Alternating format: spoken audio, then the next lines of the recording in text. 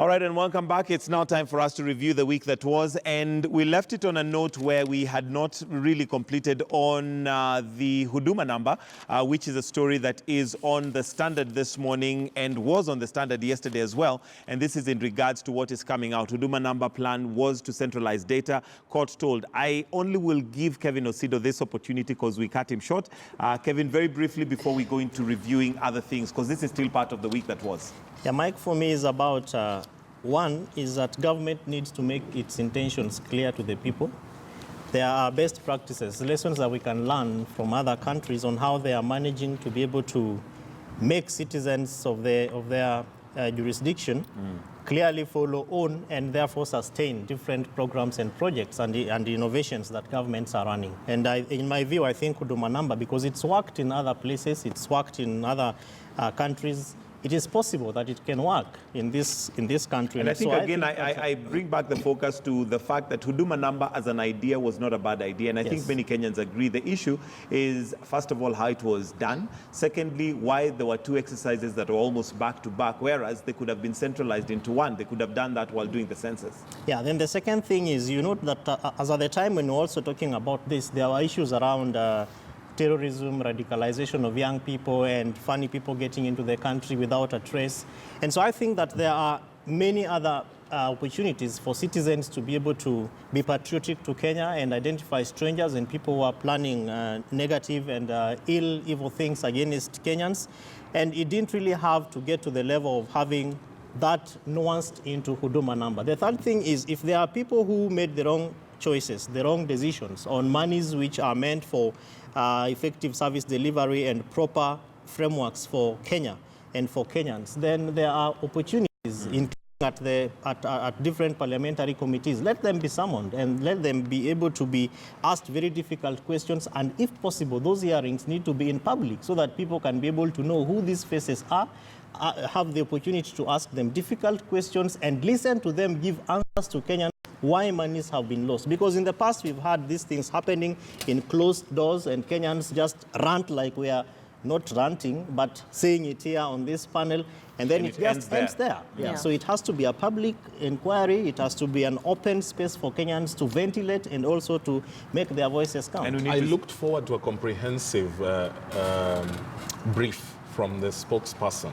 government spokesperson, yesterday. I think he didn't. I hope that when he next briefs the country, which I think it's in a week's time, because Guna is a veteran in this, he should be able to tell Kenyans why we are here, what are the truths, and we hope we are able to believe what he says. What are the truths of this matter? Where are we? So that we have an objective outlook conversation of this matter. All right, and now moving on to some of the things that happened. Of course, Monday started off on a very sad note, where we had a school collapse, Precious Talent School, which 7 lives, unfortunately, were lost. But this, again, brings into focus several institutions that possibly would be held accountable for this. I'll start with you, Philip Magal, on the question of why, one, as Kenyans, we tend to be so knee-jerk reaction in terms of how we do things. This is a school, of course, that was proved to be an exam center, and we have the CS for education closing another school. But again, the question here being why we are so knee-jerk oriented in terms of how we respond to things. We have institutions that should have nipped this in the bud before we lost the 7 lives. It's indeed been a sad week. It is very sad to lose 7 young lives in such circumstances. My deeply felt heart condolences go to the families of the children, and I wish quick recovery for those who are recuperating in various hospitals in the city. It is sad that our government only expects or only reacts to situations instead of being proactive.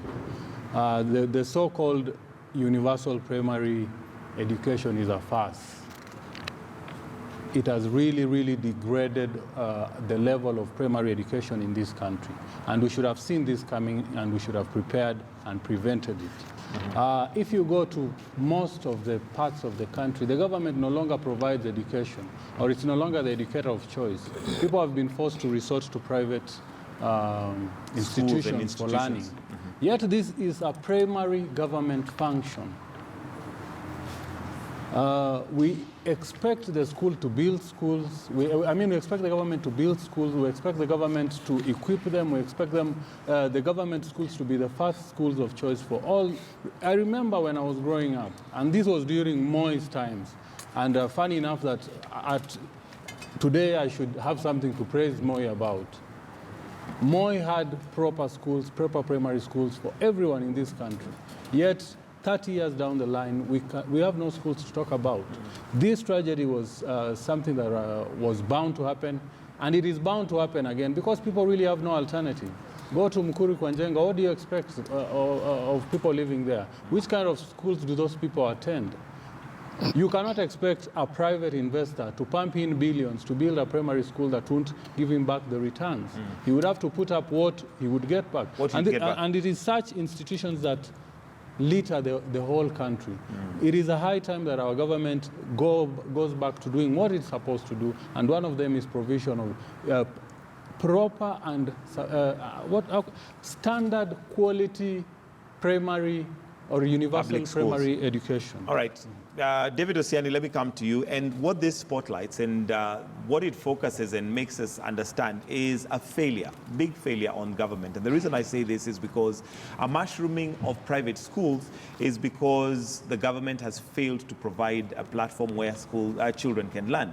And this goes not just for school. If you look at, say, for instance, our security, the reason why we have so many security companies is because the government has failed again to provide security. When roads become unusable, the politicians buy bigger cars, but woe unto us. So those of us who cannot afford private schools are left, but it just spotlights the failure of government to provide the very basic needs for Kenyans. How do we move on from where we are? Because this, again, should highlight a bigger picture of what is happening in our country. I wouldn't even say it's the failure of government. I think it's greed of a few who are entrusted with some of these things. Look, Roraka land was a school land. The famous Roraka land ought to be land for a school, okay? The lands that have been grabbed across this country belong to school. Not too long ago, you had Langata Primary School, all right? So all this madness, and people are so greedy and so selfish that they do not care whether our children deserve a better life. But also, to an extent, the institutions entrusted with ensuring that some of these things happen do not. Not too long ago, people died at Pipeline. Exactly. And we walked there, we wept there, we said all these buildings have not met the required standards, we are going to bring them down. The National Construction Authority, talked big. The people, the leaders of different outfits then said big things. 3 years down the line, we still await another building at Pipeline to come down, kill people, and say, oh, sorry, what a somber time for the country. There are institutions entrusted with doing their jobs. They have to do their jobs. When you talk about security, for example, and the need for an expanded, and ubiquitously available security across the country, it is true. But you see, the problem is the rot from within. Then you want to, politicians, you will see you have 80 bodyguards. When one police can take care of a radius of 200 or 500 meters, what time is that for there? And the day that the politicians are stripped of their bodyguards, they have run against the grain, so they are left without them for a while. There is a need for us to have policy frameworks that, and it's not like we do not have them. It's the implementation that's a problem. So I look forward to having our policies work for us. This country has been endowed easily with some of the best policies in the world. Countries borrowed from us in the 80s, from our brains. From the brains of Tom Mboya and Mwai Kibaki was a template, a blueprint for this country that was borrowed by countries out there that have ended up defeating us because they worked on what we refused to work on. So we are not bereft of policies. No, we are bereft of the will to implement them, the desire to make it work. If the NCA boss today went on a rampage and said, no, it's not going to work, and he had the support of the judiciary, because again, people say, the owners of these buildings quickly rush to court. They have an injunction. You can't bring this down. What are you going to do? All right. Ruth, your thoughts on this and maybe where we need to go, especially given that policies are there, institutions are there, they're simply not working. 7 lives is 7 lives too many. Yes. First of all, in 2015, President Uhuru Kenyatta ordered an audit of buildings within Nairobi. And only 42% of the buildings in Nairobi were found to be suitable for human living, rather found to have passed the test of, suitability and safety for human living. And that would leave a record of 58% of buildings and dwelling places and estates and houses and flats not suitable for living. You see, that report alone should have sent us to the drawing board and asked ourselves, what do we do about the 58%? Do we need to have some of these buildings demolished? I am very concerned about the knee-jerk reactions that the government is having to this particular issue. We got report that 3 schools were now shut down following the shutting down of Precious Talent School.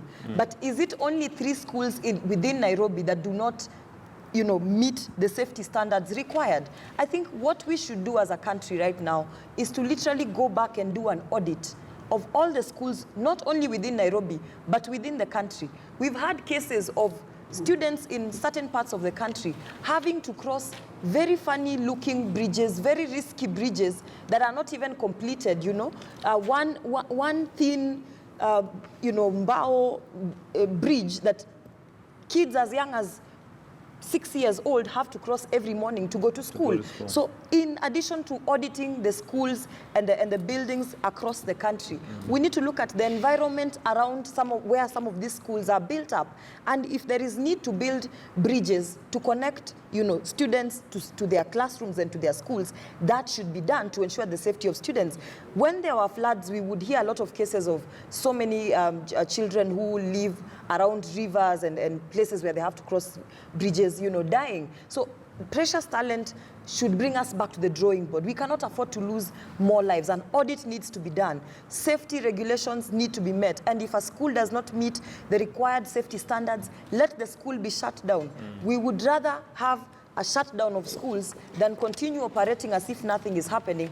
And then 5 months later, more students will die. I was talking the other day and I remembered when the incident of the Precious Talent School took place. I remembered 2 years ago I went to give a motivational or rather mentorship talk at some school in Kibra, and it was literally built the exact same way that Precious Talent School was built. And when I was looking at the schools that had been shut down in Nairobi, it was not one of them. So that is another risk that is waiting, a risk awaiting to happen. So we cannot continue with the culture of prayers and thoughts, leaders coming and I saw a media house calling them disaster celebrities, coming to show up when something has happened. And when you ask them, was there a way of preventing this? The best they will tell you is, oh, disasters cannot be prevented. And we know that if the regulations are followed, we would not have such disasters. Absolutely. I don't want us to vilify leaders who show up in moments of disaster.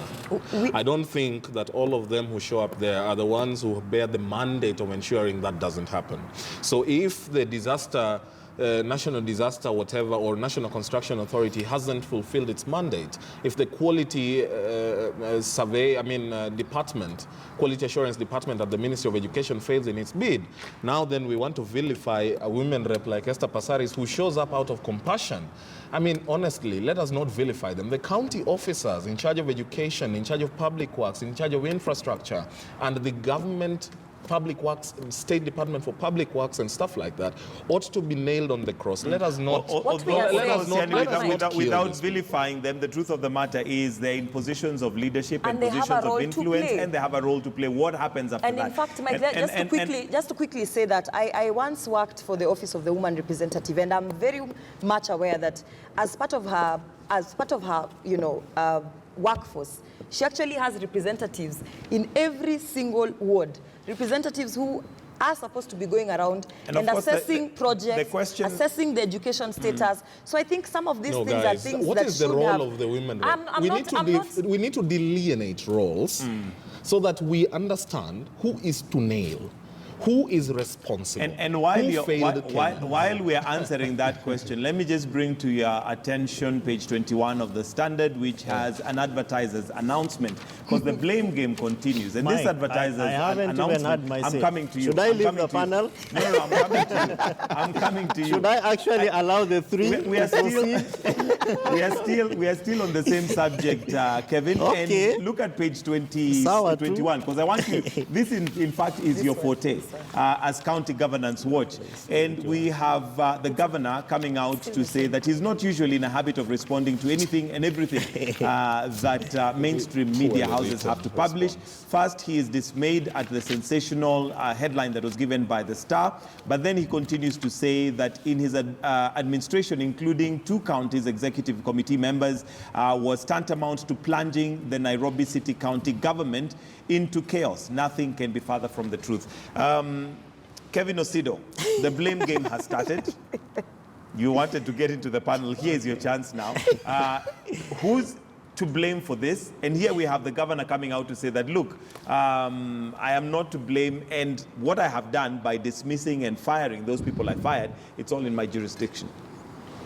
I won't go into who is to blame, who is not to blame, because this is not the first time this is happening, and it didn't just happen in Nairobi, it's happening everywhere, every single day. Probably even as we are seated, is a story already, happening, which has not just hit the headlines. But I think for me, it's about Kenyans want service delivery. And they are looking for, whether it's education, whether it's health, whether it's agriculture, whether it's water, whether it's infrastructure, which is hence the reason why parents, you, I, and everyone, including those who are watching us, look for the best for their children. It can't be therefore the responsibility of the parent to want to look at the space, the safety, the protection of my child against all the investments that I am doing.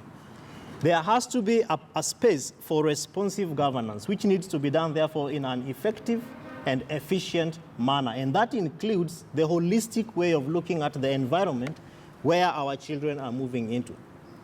The second thing, Mike, even as I talk about the responsibilities, when buildings are constructed, it's not a walk in the park. You have to seek for approvals, you have to seek for certification, you have to go for authorization, there has to be licensing, which is taking place at different levels. And probably I agree with David to therefore say that Sonko is right.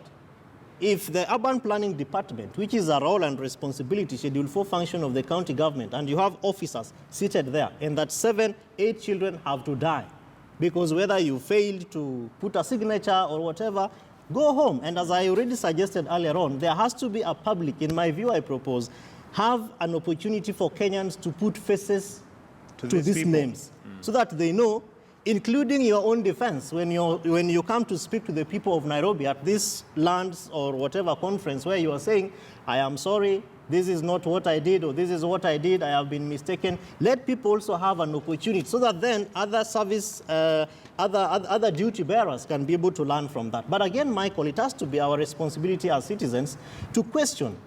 I'll give you an example, a personal story, because once in a while I go to a place that had a very bad road. So I kept posting these things, including tagging the governor of that particular area and the MCA. Today, as we speak, the road has been done. But do you know what happens? When engineers and all these people who construct are putting up a building, they surround it with iron sheets. So actually, nobody knows what goes on inside there. We need to therefore begin to have a discussion around how do we, as much as we want to have safety for the building so that the objects and all those distractions and effects of what would be falling do not hit on the people, how do passerbys also have an opportunity to actually look at the kind of pillars that are being put up, so that people who love social media, and I'm waiting to be probably asked to get to post on WhatsApp and all that, can be able to also just take random photos. And I say, by there I've seen a building that is being put up and I don't like this pillar. What do you people think? And that will attract attention to somebody who needs to actually pay attention. I think there was even a time there was pictures going round of buildings that were very dodgy at one time or the other. But I mean, at the end of the day, you'll agree with me that if you as Kevin or Ruth or whoever puts up a building in your area, the county officers are normally there within a very short time, asking whether you have the approval. So how some of these buildings get through then remains a question that needs to be answered, because when it comes to private individuals, it seems like there is a cartel. What Mheshimiwa Sonko is saying is that there are people who fail to do their work, and he's calling them cartels here. This needs to be a lesson to all the 47 counties and all other institutions, that if you fail to do your work, whether you are the principal secretary, whether you are the chief officer, you are the director, or you are the clerical officer, as long as you have a responsibility to play in any service delivery sector, you have to ensure that you do what Kenyans pay. I want us to still, as we look at institutions and cartels and all that. I just have one question. What happened to the law that the buck stops with the leader himself? Because the question also becomes, how far does the role of the governor extend? Is the role of the governor to simply elect a cabinet and, you know, appoint a minister for urban planning and let it stop there? What role, and I'm not vilifying the governor, I just want to understand what role does the governor play? Because I've seen in other democracies or in countries where something as mere as an accident, a train accident that caused the death of about 27 people in a country, I'm not sure whether it's India or Egypt, and had the Minister of Transport resigning himself. I've seen in other democracies where an education program that was supposed to be implemented that failed, had the Minister for Education himself stepping down. So how far does the liability extend to? What is the role of the government? All right, and I want us to move on to Mumias. The answer for that, before you come to Mumias, which is my forte, the answer to that is that there's a difference between appointive. There's a complex nexus between appointive and elective positions, okay? So I think what the governor has done is all he could do, unless we are saying he should resign and cause a by-election because of that school.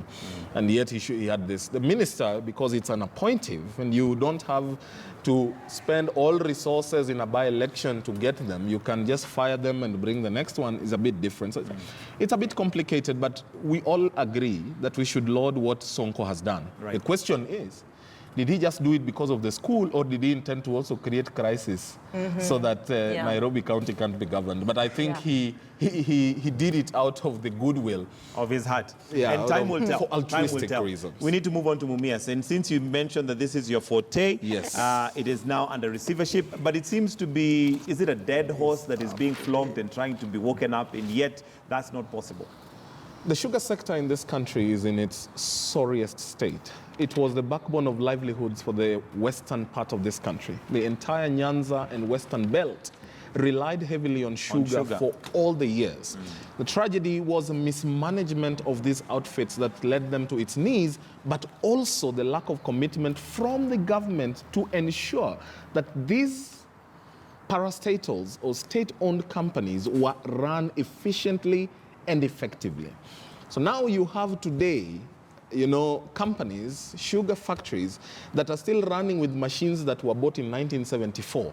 You do not expect any output from that because the cost of production is way too high. Then you have our own inadequacies as a country, laws that we put that are good for the country, but end up being a bit problematic. When we cap, for example, the lowest income in this country, there is no company that's going to pay like that. That's why countries like Ethiopia will be succeeding, countries like China, because labor is cheap. Labor in this country is expensive. So when you twin machines that are not working, labor that has to be taken care of, the desire to ensure we create employment, yet we want to be productive, and there is no commitment, we end up with the situation in which we are in. I saw the governor for Kakamega writing elaborately, saying what KCB has done is not in the spirit of ensuring that we get Mumias back running. Oparanya stated that there was a mechanism to ensure that the state-owned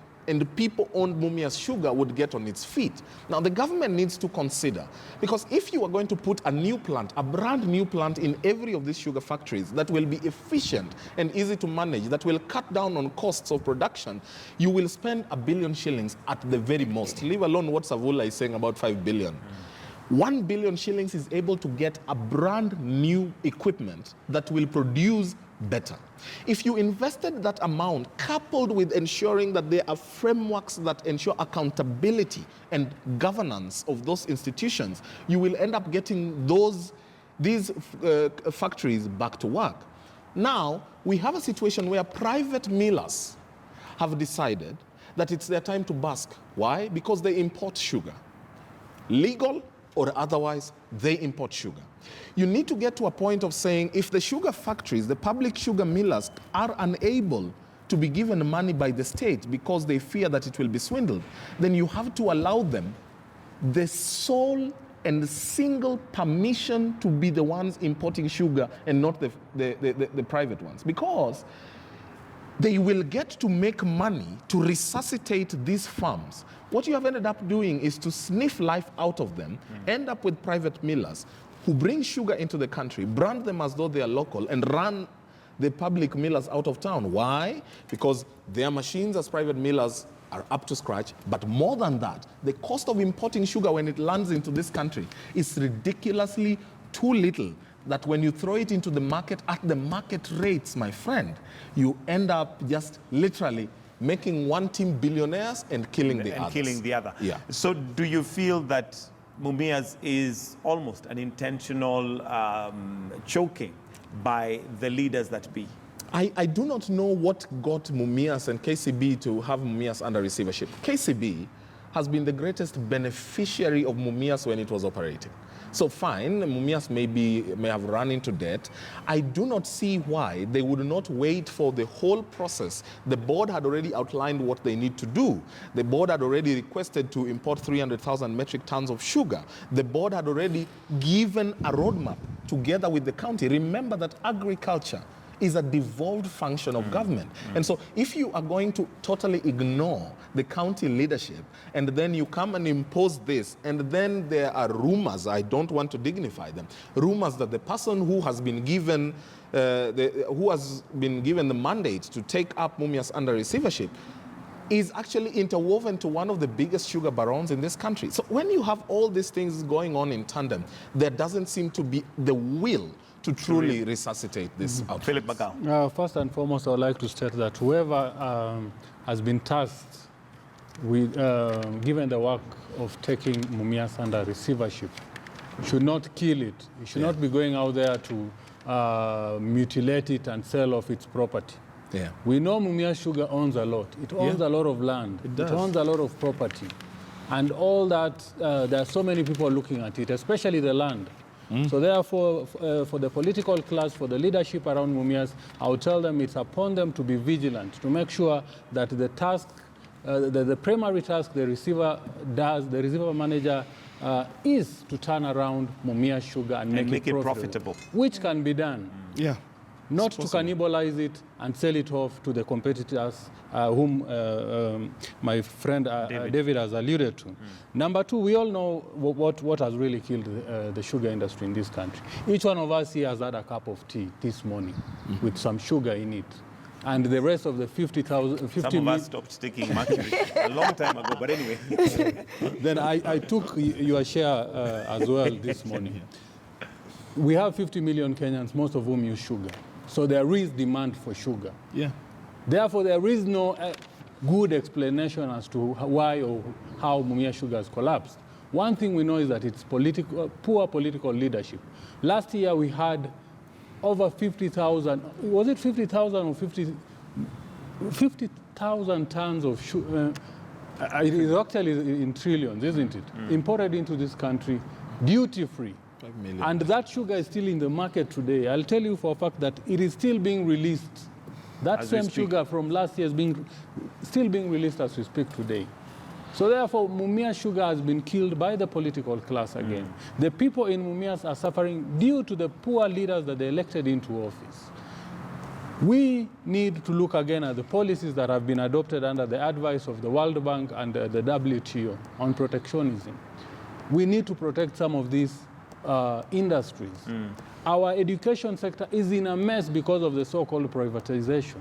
Why privatize when the private bodies have no capacity to educate our children? All right, Kevin, Osido, evidently things rise and fall on leadership, and Mumia's Sugar Factory is a story that many of us can tell, particularly those from that area, of a definite downward turn that it has taken.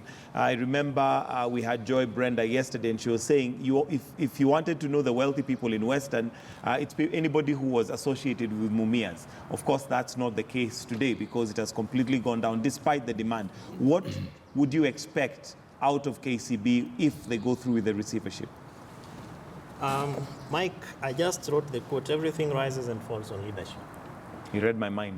You did, you read my mind, but anyway, that's fine. So in my view, one of the things that I think needs to be taken into account is intergovernmental relationships. Remember, we have national government and county government. But probably before I go into that, as we spoke earlier on about depoliticization, we therefore also need to depoliticize mega sectoral investments, whether it is KQ, whether it is the sugar industry, whether it is the maize industry, whatever industry it is, whether it's roads and construction and infrastructure and all that. So that then this question around mobilization around mega investments like, say, Mumias now, so we want to elect a president, we organize voters around Mumias, or whether it's Muhoroni, or whether it's Sony Sugar and all that. Having said that, there must be an opportunity for people to feel the investments that are put. If government makes promises to be able to pump in certain resources to a sector like Mumias, because this is not new as well. From the Kidero times to the times when conversations around privatization of Mumias began, I am sure that there is documentation. There is some processes. There are processes that have been taken to be able to get Mumias to its feet.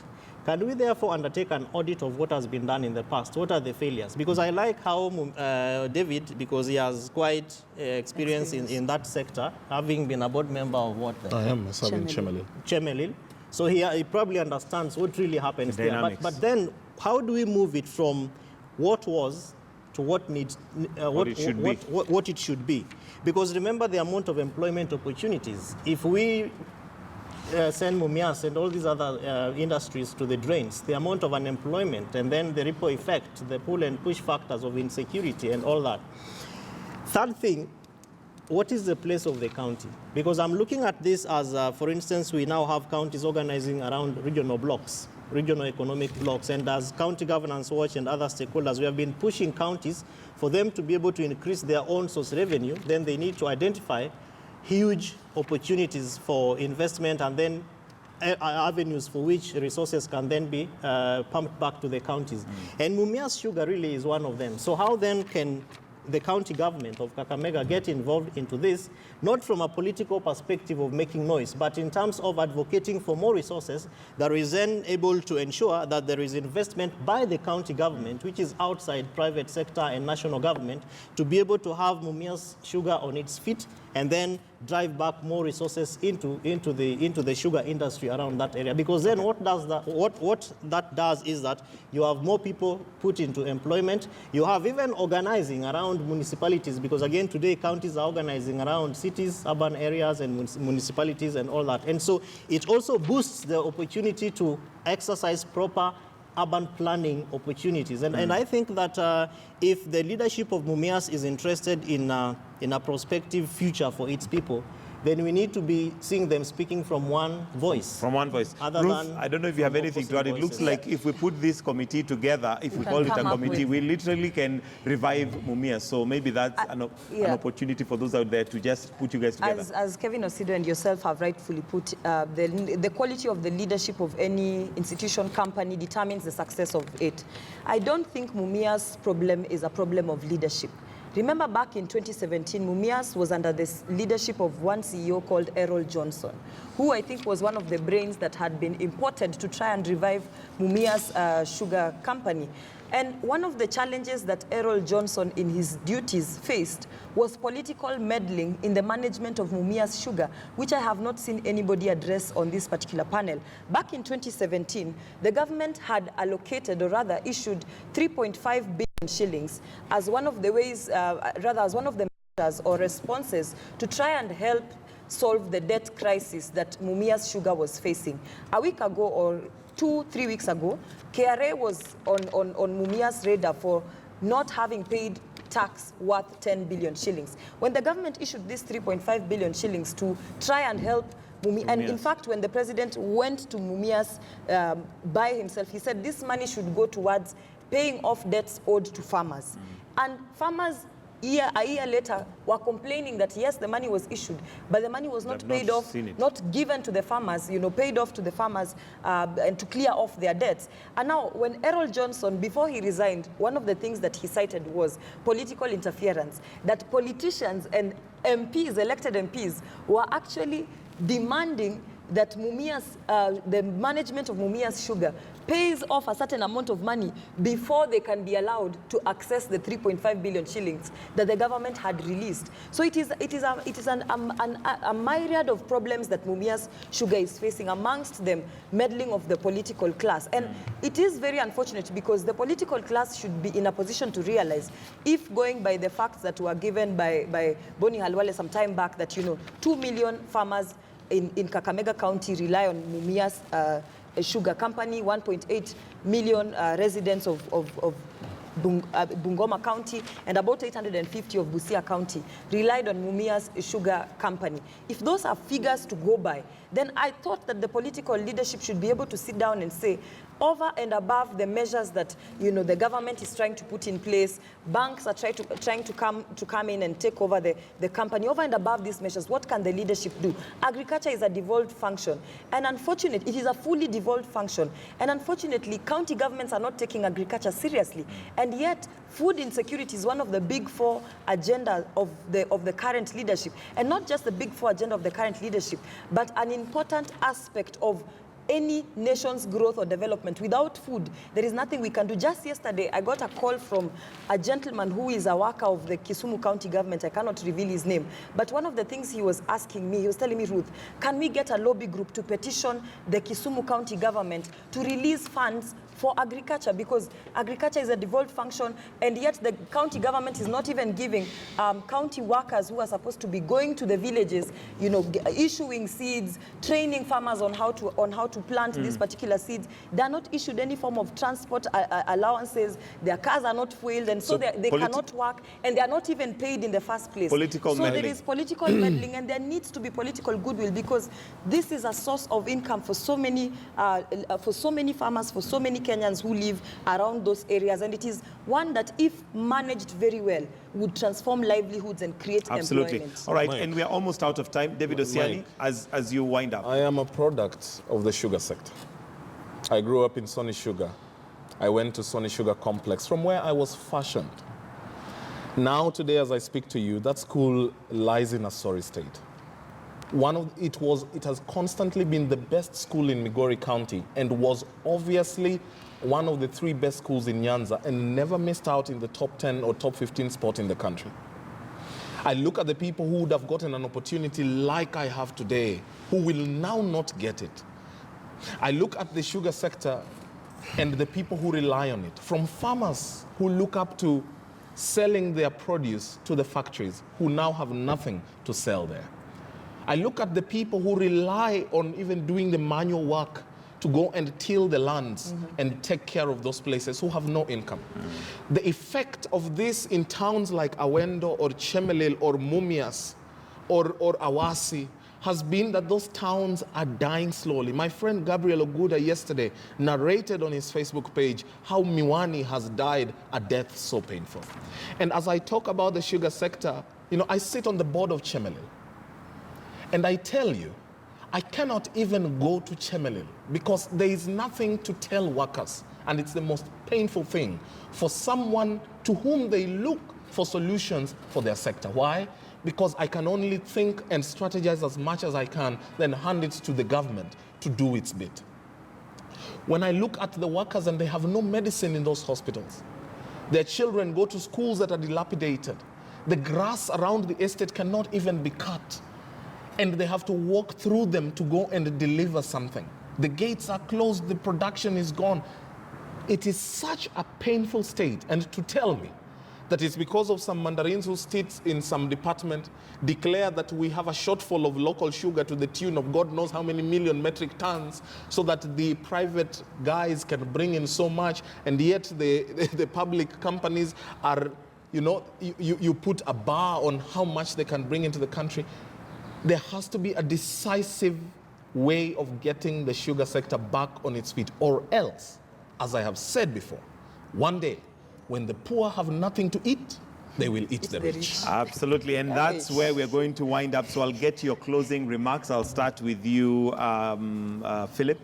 Just your closing remarks generally on what we have spoken about. Yes, mine is on the state of universal free primary education in this country. First and foremost, I'd like to tell parents out there, the responsibility of your child's education is in your hands. Don't leave your children's welfare in a stranger's hands. Don't leave it in the government hands. These people don't care. If you have time, go to a school, see what your student is, your child is going through, what kind of class he or she is attending, what kind of food he or she is eating. Okay. On the part of the government, please, let's look at this free primary education once again. This is where we start to nurture our children. It is important that our government pays close attention to it. Build schools, properly train children. This CBC would be useless if we don't have classrooms. It would be useless if we don't have teachers. Our children deserve proper education if this country is to prosper. Ruth, and you look like one who would be an admin for many WhatsApp groups. We have it's Jendi who is saying that you need, so maybe we can conclude and maybe just your comments on his bill. You look like you're in charge of very many WhatsApp groups. I am actually not an admin of any WhatsApp group as it stands right now. I'm surprised. I absolved myself of that responsibility back after the 2017 elections, because I feel like it's usually a very heavy responsibility, so I'm not at the moment, not at all. Okay. But I feel like generally, without going into too much details, it's an invasion of privacy. Now, to my final closing remarks, because you have forced me to talk about an issue that I find very inconsequential, and I mean, it will be defeated on the floor of the court.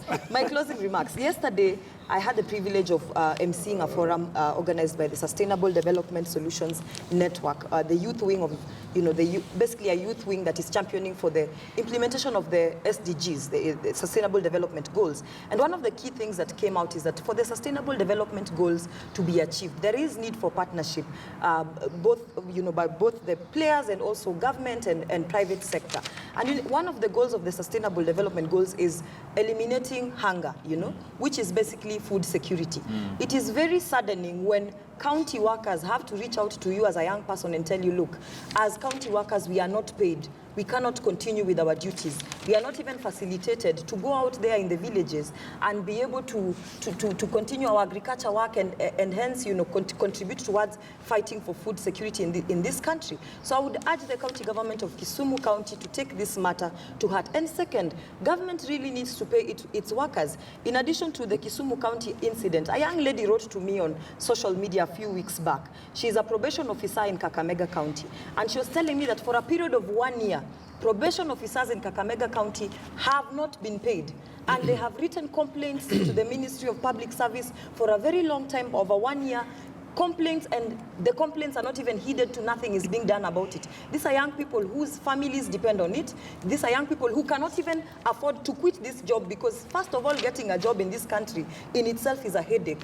Can we pay these workers? Because failure to pay these young people is what leads to young people getting frustrated, getting depressed, resorting to crime, and losing purpose and direction in life. So can these two issues be addressed? As a representative of the Mwananchi, I have requested.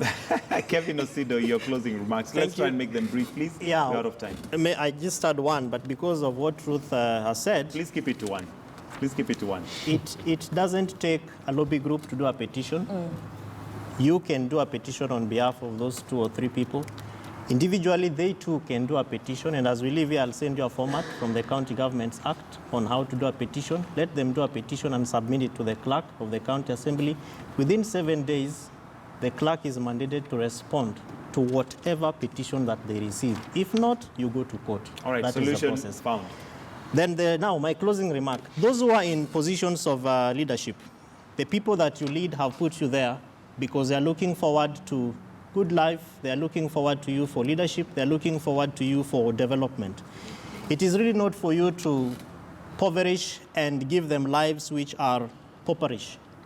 And so for those who sit at very senior, high-level decision-making processes and platforms, please make decisions that when you leave, ultimately serve your term and go back to your village, you will be proud to associate yourself with the kind of decisions that you made to make the lives of your people better. Otherwise, one day, David Osiani, one day, Kenyans are going to get tired. And when we get tired, we will make our own decisions. David Osiani, you get the last word.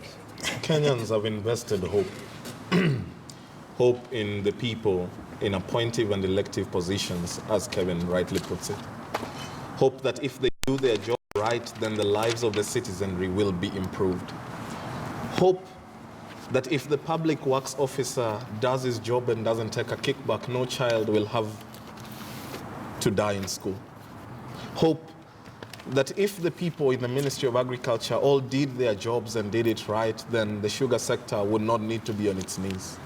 Hope that the manufacturing sector can still be reorganized and reinvigorated to employ as many people as it can, as has been stated and outlined in the Big Four agenda of the President. One of the brilliantest ideas I have seen, and I hope that they can be implemented. For those of you in whom these Kenyans have invested hope, you will have to account to Kenyans or to God, one way or the other. It may seem rosy now, and you may decide that it doesn't matter and you be arrogant about it, but eventually, somehow, you get to pay for abusing the hope invested in you by the very many Kenyans. There isn't a worse thing as was experienced on Monday. As I say, you know, when a child dies, a whole country should mourn, because there is not a single language in the world, not one that I know, and yet I have studied linguistics. Not one language has a name for a mother who loses a child. For when a woman loses her husband, she is called a widow. And when a husband loses his wife, then he is called a widower. When a child loses the parents, because it is expected, that child is an orphan. But no single language in the world ever deciphered the name for a parent who loses a child, because no society envisages the loss of its younger ones. Thank you very much, ladies and gentlemen. David Osiani, Ruth Ambogo, Philip Magal, and Kevin Osido for giving us a good review of the week that was. The time is 6 minutes after 8. We're going to take a short break. Morning Express continues after the break.